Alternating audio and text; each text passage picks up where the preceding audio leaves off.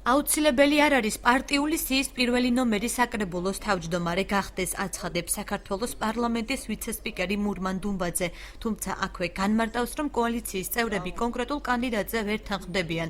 როგორც ირკვევა, კოალიცია ქართული ოცნების რიგებში მუნიციპალიტეტების გამგებლების მოვალეობის შემსრულებლების მუშაობით კმაყოფილები არიან და დაკავებულ თანამდებობებზე მათ დატოვებას არ გამორიცხავენ. რაც შეეხება კონკრეტულ კანდიდატებს, მურმან დუმბაძე ამბობს, რომ ბათუმის საკრებულოს თავმჯდომარის პოზიციაზე ირაკლი ჩავლეიშვილის კანდიდატურაც აქტიურად განიხილება. რაც შეეხება ახალი მოწვევის საკრებულოს, უწყებაში შესაძლოა აჭარის განათლების მინისტრის მოადგილე ვლადიმერ მგალობლიშვილი ვიხილოთ. თუმცა რა თანამდებობას დაიკავებს თვითმმართველ ორგანოში მგალობლიშვილი ვიცე-სპიკერი არ აკონკრეტებს. ირაკლი ჩავლეიშვილი განიხილება, იმიტომ რომ ის არის მოქმედი საკრებულოს თავმჯდომარე და საერთოდ ლაპარაკი არის, რომ ხომ არ არის ის ვერსია ხო არ დავტოვოთ ზალაში, რომ მოქმედი საკრებულების თავმჯდომარები, რომლებიც კარგად ართმევენ თავს, ისევ უფლებამოსილება გაუგრძელოთ. დამგებლების მიმართ პირადად მეცსა და აჭარის მთავრობასა და ცენტრალურ მთავრობას განსაკუთრებული შენიშვნები არ აქვს.